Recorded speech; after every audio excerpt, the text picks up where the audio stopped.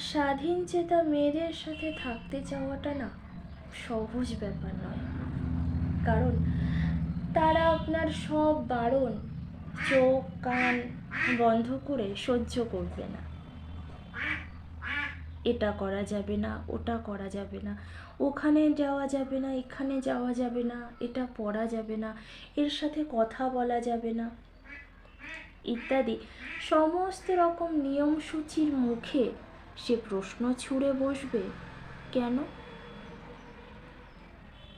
মতামতের অমিলে সে চুপ করে মেনে নেবে না ভুলটা তার, সে তর্ক করবে।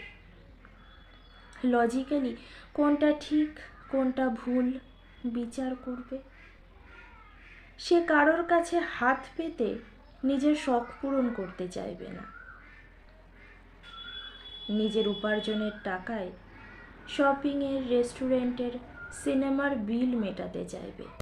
সে তার স্বপ্নের গলা টিপতে দেখলে সোনামুখ করে চুপচাপ বসে থাকবে না। হাসি হাসি মুখে সে একলা নিজের শাড়ির আঁচলে বেঁধে নেবে না সংসারের সমস্ত দায়িত্ব। সে বুঝিয়ে দেবে বাচ্চা সামলানোটা তার একার কর্তব্য নয়।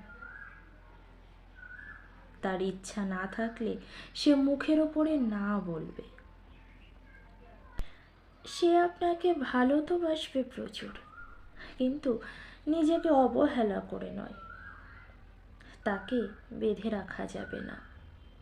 তোতা পাখির মতো পায়ে শেকল পরিয়ে শেখানো বুলি বলানো যাবে না।